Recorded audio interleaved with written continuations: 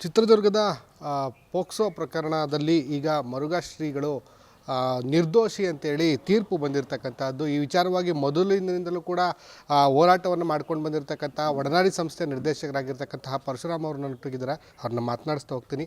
Sir, ಇವತ್ತು ನಿರ್ದೋಷಿ ಅಂತೇಳಿ ತೀರ್ಪು ಬಂದಿದೆ, ನಿಮ್ಮ ಫಸ್ಟ್ ರಿಯಾಕ್ಷನ್ ಸರ್? ನಿರ್ದೋಷಿ ಅಂತ ತೀರ್ಪು ಬಂದಿದೆ, ಅದಷ್ಟೇ ನನಗೆ ಗೊತ್ತಿರೋದು. ಪೂರ್ಣ ಪ್ರಮಾಣದ ಓದು ನನ್ನಿಂದ ಇನ್ನೂ ಸಾಧ್ಯವಾಗಿಲ್ಲ, ಅದರ ಪ್ರತಿಗಳು ನನಗೆ ಸಿಕ್ಕಿಲ್ಲ.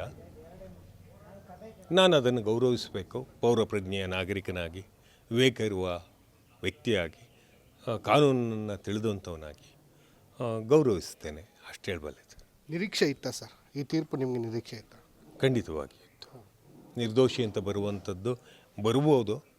ಏಕೆಂತ ಹೇಳಿದರೆ ಆಡಳಿತದ ವೈಫಲ್ಯಗಳು ನನ್ನ ಮುಂದೆ ಕಣ್ಮುಂದೆ ಕಾಣ್ತಾ ಇದ್ವು. ಆಡಳಿತದ ವೈಫಲ್ಯಗಳು, ಅವ್ರು ಕೊಡ್ತಿದ್ದಂಥ ಪೇಪರ್ಸ್ಗಳು ಮತ್ತು ಅವ್ರು ಮಾಡ್ತಿದ್ದ ಡಿಲೇ ಪ್ರವೃತ್ತಿ ಮತ್ತು ಕುತಂತ್ರಗಳು ಮತ್ತು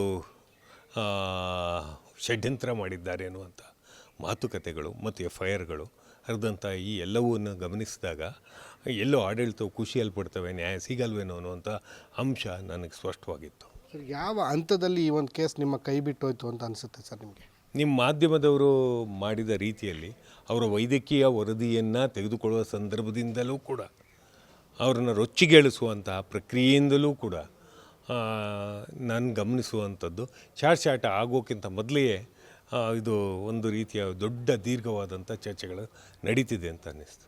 ಸರಿ, ಇದೀಗ ಜಿಲ್ಲಾ ಸತ್ರ ನ್ಯಾಯಾಲಯದಿಂದ ತೀರ್ಪು ಬಂದಿದೆ, ಮುಂದಿನ ಹೋರಾಟ ಹೇಗಿರುತ್ತದೆ ಅಂತ ನಿಮ್ಮದು? ಅದನ್ನು ತೀರ್ಪನ್ನು ಪೂರ್ಣವಾಗಿ ಓದಿ, ಅವರ ಪೋಷಕರು ಅದನ್ನು ಪೂರ್ಣವಾಗಿ ಮನನ ಮಾಡಿಕೊಂಡು ನಂತರ ಮಕ್ಕಳು ಏನು ಹೇಳ್ತಾರೆ ಎನ್ನುವ ಪ್ರಕ್ರಿಯೆಗೆ ನಾನು ತಲೆಬಾಗಿ ನಂತರ ಮುಂದುವರಿತೇನೆ. ಈಗ ಏನು ಸಂತ್ರಸ್ತ ಮಕ್ಕಳ ಜೊತೆ, ಅವರ ಪೋಷಕರ ಜೊತೆ ಮಾತನಾಡಿದ್ರೆ ಸರ್, ತೀರ್ಪಿನ ಬಗ್ಗೆ ಏನಾದರೂ ಮಾತನಾಡಿದ್ರೆ? ನಾನು ಅವ್ರಿಗೆ ಹೇಳಿದೆ ಅಷ್ಟೇ.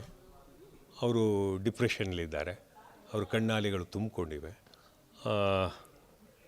ಆ ನಂತರ ಮಾತಾಡ್ತೇನೆ, ಆಪ್ತ ಸಮಾಲೋಚನೆ ಮಾಡಿ. ಈಗ ಸರ್, ಸರ್ಕಾರ ಮೇಲ್ಮನವಿ ಸಲ್ಲಿಸುತ್ತೆ ಈ ವಿಚಾರವಾಗಿ ಅಂತ ನಿಮ್ಗೆ ಅನ್ನಿಸುತ್ತಾ? ಸರ್ಕಾರಕ್ಕೊಂದು ತಾಯ್ತನ ಇರಬೇಕು, ಒಂದು ಕಾರುಣ್ಯ ಇರಬೇಕು, ಇಲ್ಲದೇ ಇರುವವರ ಪರವಾಗಿ ನಿಲ್ಲಬೇಕು. ಏನು ಮಾಡುತ್ತೆ ಕಾದು ನೋಡೋಣ. ನಮಸ್ಕಾರ. ಇದಿಷ್ಟು ಒಡನಾಡಿ ಸಂಸ್ಥೆಯ ನಿರ್ದೇಶಕರಾಗಿರ್ತಕ್ಕಂತಹ ಪರಶುರಾಮ್ರವರ ಮಾತಾಗಿರ್ತಕ್ಕಂಥದ್ದು. ಕ್ಯಾಮ್ರಾ ಪರ್ಸನ್ ರಕ್ಷಿತ್ ಜೊತೆ ಸಂದೀಪ್ ಕುಮಾರ್, ಅಶ್ವವೇಗ ನ್ಯೂಸ್, ಮೈಸೂರು.